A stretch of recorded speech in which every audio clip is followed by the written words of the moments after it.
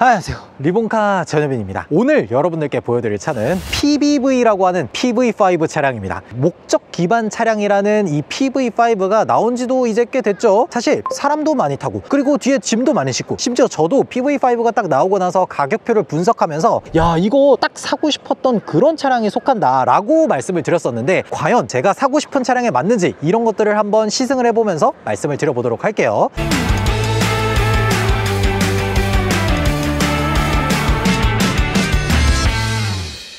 일단 PV5 외관이나 이런 것들 정말 많이 봤으니까 간단하게만 한번 살펴보면요, 앞쪽에서는 이렇게 전반적으로 봤을 때 사실 흔하게 봐왔던 자동차의 형태는 전혀 아닙니다. 정말 새로운 형태의 자동차예요. 그렇기 때문에 이런 디자인 자체는 굉장히 도전적이고 저는 개인적으로 마음에 드는 디자인인 것 같아요. 그리고 이 앞쪽에서 봤을 때 제일 먼저 확인할 수 있는 것들은 이렇게 앞쪽에 카메라가 있는 것들을 보면은 이 차량이 어라운드 뷰가 들어가 있는 롱레인지 버전의 옵션이 들어간 차량이라는 것들을 알 수가 있겠죠. 그리고 저는 측면에서 봤을 때 좀 인상 깊었던 거는 확실히 이 차량이 상용 밴 같은 느낌을 지울 수가 없더라고. 내가 생각했던 건 약간 카니발스러운 MPV 느낌이었는데 막상 실제로 눈앞에 놓고 보니까 그냥 화물 밴처럼 생겼어. 약간 상용 밴 같은 느낌이 있기는 했지만 보면 볼수록 조금 바뀌지 않을까라는 생각도 사실 들긴 들어요. 왜 그러냐면 디자인 자체가 워낙 독특하다 보니까. 그리고 측면에서 또 볼 수 있는 것들은 이렇게 16인치 휠이 들어간 것들을 볼 수가 있습니다. 기본적으로도 16인치 휠이 들어가지만 이 휠 같은 경우에는 플러스 트림을 선택했을 때만 저 휠이 들어갑니다. 그리고 이 차량은 MPV나 밴에 해당하는 차량이다 보니까 뒤쪽은 이렇게 슬라이딩 도어가 달려 있습니다.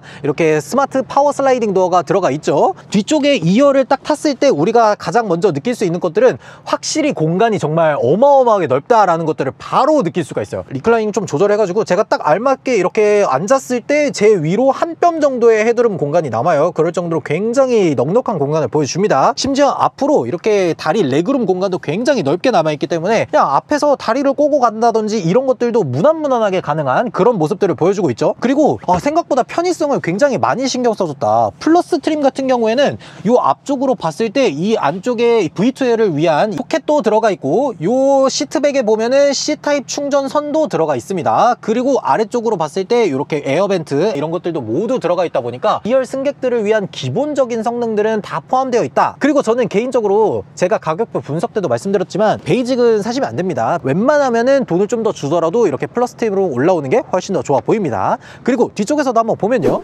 뒤쪽에서 봤을 때 이렇게 PV5랑 레터링이 들어가 있고 그 외에는 따로 없습니다. 저는 개인적으로 MPV 하면은 이렇게 깍둑썰기로 되어 있는 이 뒷판 디자인들을 굉장히 좋아하는 편이거든요. 거기에다가 이 리어 램프 자체도 굉장히 깔끔하게 들어가 있는데 안타깝게도 요거는 벌브 타입이 들어갔네요. 이런 것들은 조금 아쉽긴 하다. 그리고 뒤쪽에 트렁크도 한번 열어서 보도록 할게요. 자, 트렁크. 야, 진짜 아니 뒤쪽에 트렁크가 얼마나 크게 열리는 거야. 아니 이 정도면은 비 올 때 그냥 트렁크만 열어놓고 뒤쪽에 앉아있으면 비 하나도 안 맞을 것 같은 느낌이 드네.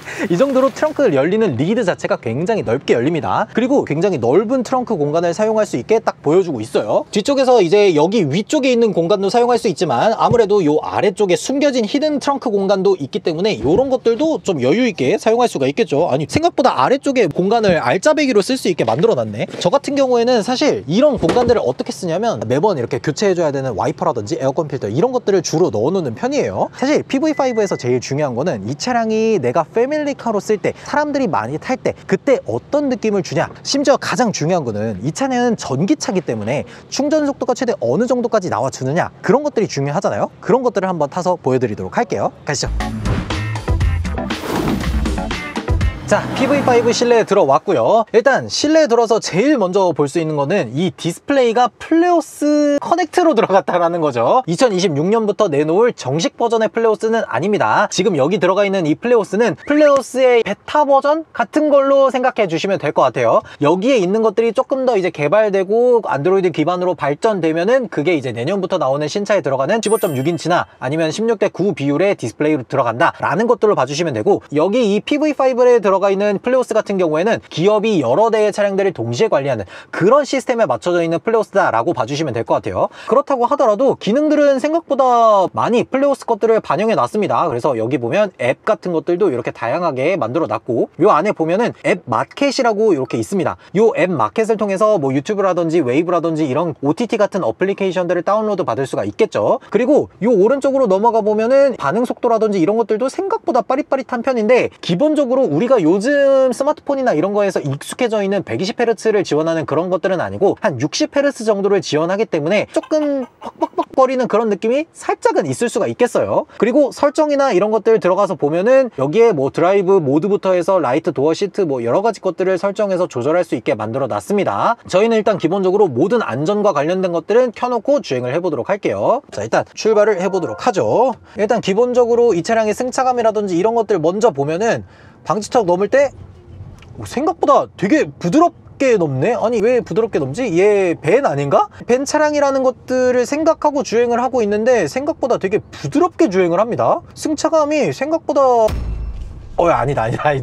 아무래도 차체가 조금 단단한 느낌을 가지고 있다라는 것들을 바로 느끼게 만들어 줍니다. 왜 그러냐면 어쩔 수가 없는 게 지금 이 차량은 사실 공차 중량이 2톤이 넘어가는 전기차잖아요. 벤에다가 전고가 높고 거기다가 배터리를 뭐 70kWh를 실어 놓고 이러다 보니까 확실히 무게가 무거울 수밖에 없습니다. 거기에다가 지금 이 차량은 토션빔을 사용하고 있잖아요. 그러다 보니까 기본적으로 어느 좀 잔잔한 부분들에 있는 방지턱이라든지 아니면 좀 부드러운 노면에서는 굉장히 승차감이 좋게 느껴지지만 요철을 만난다던가 하는 경우에서는 우리가 생각했을 때 조금 승차감이 딱딱한 차구나 라는 것들을 바로 느낄 수가 있습니다. 근데 이거는 사실 어쩔 수가 없는 게 우리가 보통 MPV와 같은 승용차와 벤 같은 것들을 동시에 만드는, 그러니까 하나의 차종 안에서 MPV도 있고 벤도 있고 하는 이런 차량들은 이렇게 승차감을 조금 단단하게 할 수밖에 없어요. 어쩔 수가 없는 게 카고 모델 같은 경우에는 뒤쪽에다가 짐을 몇백 킬로그램씩 싣고 다니잖아요. 그러다 보니까 뒤쪽에 서스펜션을 좀 조여놓을 수밖에 없습니다. 그런 서스펜션 세팅을 가지고 있어야 뭐 물건들을 많이 적재했을 때 안전하게 주행을 할 수가 있기 때문에 요거는 어쩔 수가 없는 그런 승차감을 보여주는 거예요. 그리고 실내에서 봤을 때 여러 가지 것들이 굉장히 많이 있는데 아니 수납 공간이 이런 데에도 들어가 있어. 그리고 요 왼쪽으로도 운전석이나 조수석에 약간 핸드폰 같은 거나 간단한 차키 같은 것들을 놓는 그런 공간도 마련되어 있습니다. 그리고 이 운전석이나 조수석 아래에도 신발 넣는 공간인가? 이런 것들도 따로 마련해 놓고 요 가운데 센터 콘솔 있는 부분도 굉장히 많이 비어 있어요. 나 방금 충격적이었다.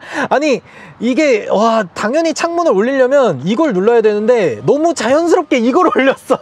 이거 약간 익숙하지 않으신 분들한테는 애매할 수 있는 위치에 자동차 문을 여는 오픈 버튼이 들어가 있는 거 아닌가라는 생각이 드네요. 너무 자연스럽게 문을 여는 버튼을 올렸네.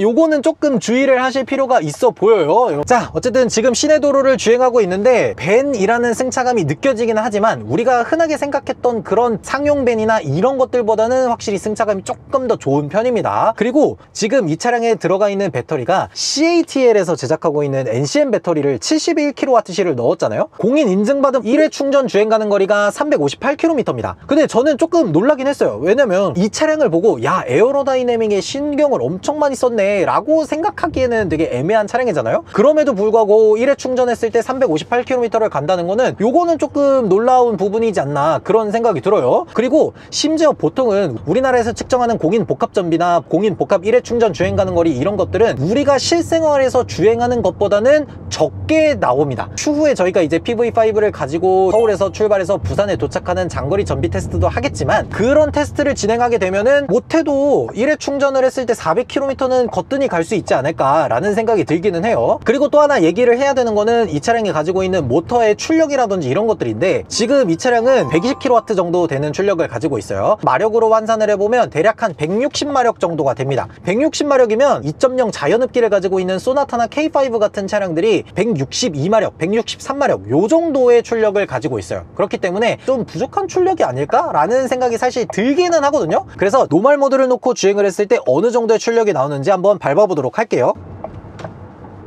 아니 가속감이 생각보다 되게 괜찮은데? 아니 120kW 160마력이라 그래서 진짜 약간 걱정을 많이 했었는데 아니 이 정도면 되게 괜찮지. 처음에 이 차량의 가격표를 보고 제가 어떤 얘기를 했었냐면 야 근데 이거 출력이 너무 약한 거 아니에요? 출력이 조금 더 셌으면 좋겠어요 라고 얘기를 했는데 막상 주행을 해보니까 이 차량의 목적에 어느 정도 적합한 출력의 모터가 들어가 있다라는 느낌이 들더라고요. 뭔가 스포츠카처럼 막 140, 150을 밟고 다니는 용도로 구매하는 사람은 없잖아요. 가족들이 편안하게 타고 타고 주행하는 그 정도 용도로 구매를 하는 차량이다 보니까 160마력 정도만 돼도 전기 모터의 특성상 초반부터 토크가 쭉 뿜어져 나오는 그런 특성들을 생각하면 딱 적당한 정도의 출력이 들어가 있다라는 생각이 듭니다. 우리가 보통 도심에서 주행할 때 50km나 60km 정도의 제한 속도를 가지고 있는 도로들을 많이 주행을 하잖아요. 근데 지금 가속을 해보면은 50이나 60km까지 주행을 할 때 전혀 무리 없이 쭉 뻗어져 나가는 가속감들을 보여주다 보니까 처음에는 걱정을 많이 했지만 이 정도면은 딱 적당한 출력이 들어가 있다라는 것들을 느낄 수가 있겠더라고요. 그리고 PV5는 전기차다 보니까 기본적으로 회생제동을 지원을 하거든요. 근데 회생제동 방식이 조금 많이 바뀌었습니다. 그러니까 제가 타는 아이오닉 6만 하더라도 이렇게 레벨 0부터 해가지고 레벨 1, 2, 3 이렇게 하고 마지막으로 이렇게 한 번 더 당기면 원페달 모드를 지원하는 그 모드로 바뀌어요. 근데 PV5부터는 바뀌었습니다. 그래서 여기 보면은 왼쪽 패드를 길게 당기면 이렇게 I 페달 모드가 활성화가 되면서 원페달 모드를 지원하도록 바뀌었습니다. 이렇게 바뀌었고 레벨 3에서 오른쪽 페달을 쭉 당기면 이렇게 오토 회생 제동, 이렇게 스마트 회생 제동으로 바뀌어요. 이런 것들은 또 참고를 하시면 좋을 것 같아요. 그러니까 보통은 이걸 설명을 안 해주면 차를 폐차할 때까지 모르는 기능으로 끝나는 부분들이 좀 많더라고. 그래서 이런 것들은 꼭 알고 계시면 좋을 것 같고, 이 스마트 회생제동도 EV 설정이나 이런 데 들어가 보면 스마트 회생제동에서 내비게이션 연동이라든지 차간거리 단계를 조절한다든지 이런 것들도 설정할 수 있으니까 꼭 이런 것들은 활용을 해보시면 좋을 것 같아요. 그리고 저희가 충전을 하고 나서 지금 누적거리로 한 180km 정도를 주행을 했거든요. 180km 정도를 주행을 했을 때 나오는 전비가 대략 5.6km/kWh가 나왔습니다. 이 더운 날씨에 에어컨을 조금 세게 틀어놓고, 그리고 시내 도로에서 가다서다 하는 주행들을 반복하다 보니까 이렇게 전비가 나온 것 같은데, 좀 원활하게 5, 60km나 7, 80km 정도를 주행하려면 이것보다는 좀 더 나오지 않을까 라는 생각이 들어요. 그리고 지금 보면은 배터리가 31% 정도 남았는데 주행 가는 거리가 143km입니다. 그러니까 100%를 가득 채우게 되면은 대략 한 450km 정도가 나온다는 거잖아요. 오, 이 정도면은 상당히 나쁘지 않은 주행 가는 거리가 나오는데요. 그러니까 많은 분들이 전기차에게 기대하는 바가 굉장히 높습니다. 한번 충전으로 내연기관처럼 뭐 600km, 700km 가야지 400km밖에 못 가면은 그거 어떻게 타고 다니냐 라고 얘기하시는데, 저는 전기차만 2대를 타고 있습니다. 그리고 전기차를 타기 시작한 지가 3년이 넘어갔어요. 그런 상황에 있다 보니까 전기차는 한 400km 정도만 되면 애지간하면 다 가요. 심지어 요즘에는 충전기도 굉장히 많아졌고, 요즘 휴게소를 가면 충전기가 뭐 기본 5개에서 10개, 초급속 충전이 5개 뭐 이렇게 굉장히 많아졌다 보니까 사실 충전기가 부족해서 충전을 못한다라는 것들은 연휴나 명절 이런 때 아니면 겪어보기가 힘들더라고요. 그리고 휴게소가 아니더라도 그 휴게소를 벗어난 곳에서는 얼마든지 충전기를 사용할 수 있다 보니까 그런 것들은 사실 걱정을 안 합니다. 요즘에는 어느 정도까지 생각을 하냐면, 급속 충전기는 이제 그만 설치하고 완속 충전기가 좀 많아졌으면 좋겠다라는 생각을 하게 되더라고요. 그러니까 어디 여행지를 갔어. 근데 급속 충전기밖에 없으면 차 세워놓고 충전 건 다음에 밥 먹다가 중간에 와서 차를 빼줘야 돼요. 그러다 보니까 좀 완속 충전기가 많아졌으면 좋겠다라는 생각을 하게 되더라고요. 근데 개인적으로 마음에 드는 부분들은 확실히 있어요. 뭐냐면, 일단 이 차량이 보조금을 받았을 때 4천만 원 초반 아니면 3천만 원 후반 이 정도의 플러스 트림을 뽑을 수가 있잖아요. MPV로서 가지고 있어야 되는 이런 파워 슬라이딩 도어부터 해서 전동 트렁크도 들어가 있고 전고도 높고 실내 공간이 넓은 그런 차량이잖아요. 거기에다가 전장 제원도 한 4700mm 그런 정도로 굉장히 큰 차량임에도 불구하고 3000 후반에서 4000 초반에 심지어 한번 충전했을 때 400km 도심 주행이 가능하면서 뭐 실내 V2L, 외부 V2L, 거기에다가 이 플레오스라는 내비게이션 시스템도 들어가 있잖아요. 그러다 보니까 이런 것들만 놓고 봤을 때는 저는 솔직히 말했을 때 굉장히 가격 가성비가 좋다라고 생각을 하거든요. 지금 제가 PV5를 타고 도심 주행을 꽤 많이 했는데, 개인적으로 느끼는 것 중에 하나는 이 도심에서 주행을 하기에 상당히 편한 차다라는 생각이 계속해서 듭니다. 제가 이제 다른 MPV나 이런 것들을 많이 비교를 해서 얘기를 하는데, 전장이 5m가 넘어가는 밴 같은 경우에는 도심에서 좌회전, 우회전 이런 것들을 하다가 보면은 내 뒷바퀴가 연석에 올라타지는 않는지 이런 것들을 생각보다 신경을 많이 써야 돼요. 근데 PV5는 준중형급이다 보니까 그런 것들에 대해서 크게 신경을 쓰지 않아도 된다는 점들이 좀 장점으로 적용이 되더라고요. 좌회전을 하거나 우회전을 하거나 이런 급격한 턴을 해야 되는 상황에서도 전고가 높고 무게중심이 높은 차량들은 약간 뒤뚱뒤뚱하지 않을까라는 것들을 많이 걱정을 하게 되거든요. 근데 생각보다 그런 느낌이 별로 없어요. 지금 PV5는 아무래도 배터리가 바닥에 깔려있고 무게중심이 좀 아래쪽으로 깔려있는 차량이다 보니까 바닥을 그래도 잡고 가는 듯한 느낌이 확실히 있습니다. 그래서 급격하게 핸들링을 줘야 되는 상황에서도 생각보다 안전하게 돌아가는 그런 모습들을 보여주네요. 근데 생각보다 이 승차 승차감이 되게 부드럽게 느껴진다는 게 조금 놀랍긴 하다. 아니 토션빔을 사용을 했고 시트 포지션이 굉장히 높게 있는데도 불구하고 이 정도 승차감을 보여준다는 게 조금 놀랍긴 하네요. 일반적으로 그냥 부부가 다닐 때에는 짐이 사실 별로 없어요.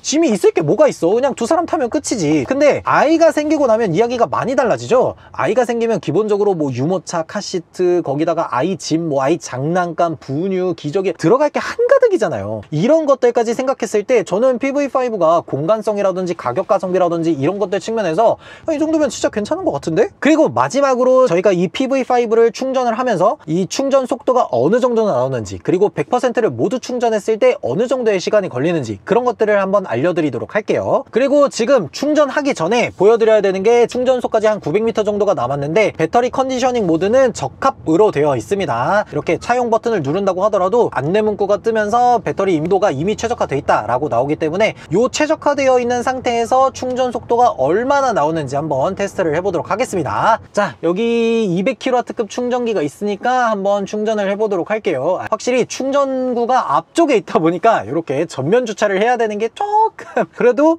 이렇게 어라운드 뷰 기능이 있으니까 앞쪽에 뭔가 장애물이 있다거나 이런 것들을 확인할 수 있다는 거는 좀 장점이 될 수가 있겠네요. 그러니까 무조건 어라운드 뷰 기능 들어가 있는 플러스트림을 사야 될 것 같아요. 자, 그럼 충전을 한번 해보도록 할게요. 충전구는 요 앞쪽에 있습니다. 그래서 앞쪽에 AC, DC 있는데 지금은 급속 충전을 해야 되니까 두 개를 모두 열어놓도록 할게요. 지금 요 충전기가 200kW급 충전기예요. 근데 보통은 200kW급이라고 하면 100kW, 100kW 이렇게 나눠서 하는데 지금은 어느 쪽도 사용을 하지 않고 있으니까 200kW가 아마 온전히 들어갈 겁니다. 와, 근데 지금 킬로와트 시당 430원이야? 집에서 충전하세요, 집에서. 충전기를 꽂았어요. 충전 속도랑 100% 충전까지 얼마나 걸리는지 실내에서 보도록 할게요. 자, 충전 시작이 됐습니다. 현재 배터리가 31%인데 지금 28kW 뭐 이렇게 쭉 계속해서 올라가고 있어요. 근데 100%까지 모두 충전하는데 걸리는 시간이 1시간 17분이고 80%까지 충전하는데 걸리는 시간이 32분이라고 찍혀 있네요. 이거 아닌 것 같은데? 물론 저희가 200kW급 충전기를 물려놓기는 했지만 제조사에서 얘기한 거에 따르면 350kW급 급속 충전기를 물렸을 때 10%에서 80%까지 충전되는데 걸리는 시간이 30분이라고 얘기를 했었거든요. 근데 200kW급을 물렸는데 32분이 걸린다는 게 인간이 좀 수정이 되나? 아니 배터리 컨디셔닝 모드도 했는데 왜 이렇게 나오지? 현재 속도가 81.7kW 정도의 속도가 나오고 있어요. 근데 이것보다는 속도가 좀 빨리 나와야 되지 않을까라는 생각이 들긴 하거든요. 왜 그러냐면 PV5의 기본적으로 배터리의 전압이 400V의 전압을 사용하고 있습니다. 400V의 전압을 사용하는 차량들이 우리가 흔하게 볼 수 있는 차량들 중에서는 EV3라든지 EV5, EV4 이런 차량들이 보통 400V 시스템을 써요. 저희가 지난번에 350kW급 충전기에서 EV3를 충전하는 영상들을 보면은 그때 최고 충전 속도가 한 120kW 요 정도까지 올라갔었거든요. 근데 지금 200kW급 충전기에 꽂았는데 한 81.9kW가 나온다. 제가 예상하기에는 아무래도 충전기 문제이지 않을까라는 생각이 드네요. 저희는 200kW급 충전기다라는 것들을 보고 왔는데 실제로는 100kW, 100kW에서 200kW급 충전기인 거 아닌가. 그래서 최고 속도가 82kW가 나오는 거지 초급속 충전이나 이런 곳에 꽂아보면은 아마 한 최고 속도가 120에서 130 요 정도 속도로 충전이 되지 않을까라는 생각이 드네요. 저희가 정말 제대로 된 충전 속도는 추후에 이 PV5를 가지고 서울에서 부산까지 장거리로 전비 테스트를 해서 그때 자세하게 한번 알려드리도록 할게요. 이걸 가지고 또 부산까지 한번 가야 될 일이 생겼네. 그 영상 보시려면 리본카 채널 구독, 좋아요, 알림 설정도 부탁드리도록 할게요. 네, 오늘 이렇게 PV5를 간단하게 도심에서 짧게 한번 시승을 해봤는데요. 솔직히 PV5가 처음에 나올 때만 하더라도 가격적인 측면이라든지 아니면 실내 공간, 거기다가 옵션 가성비나 이런 것들까지 생각했을 때 참 괜찮은 차량이다 라는 생각을 했었거든요. 근데 실제로 타보니까 뭔가 더 마음에 드는 것 같아. 내가 추후에 가족을 이루거나 이렇게 되면은 뭐 PV5 정도 한 대 있으면 너무 괜찮지 않을까? 라는 생각이 들어요. 심지어 저는 개인적으로 이 보조금을 받고 3천 후반에서 4천만 원 초반대에 플러스트림을 살 수 있다라는 것들까지 생각해보면 아니 PV5가 너무 마음에 드는데 갑자기? 아니 분명히 아쉬운 점들이 없는 건 아니에요. 근데 장점들이 워낙에 뚜렷하고 처음에 기아에서 얘기했던 PBV, 그 PBV라는 목적에 맞는 차량이 딱 만들어졌다 보니까 패밀리카로 정말 잘 나온 차량이지 않았나 그런 생각이 들었습니다. 여러분들의 생각은 어떤지 댓글로 달아주시면 좋을 것 같습니다. 지금까지 저는 리본카 전유빈이었습니다. 감사합니다.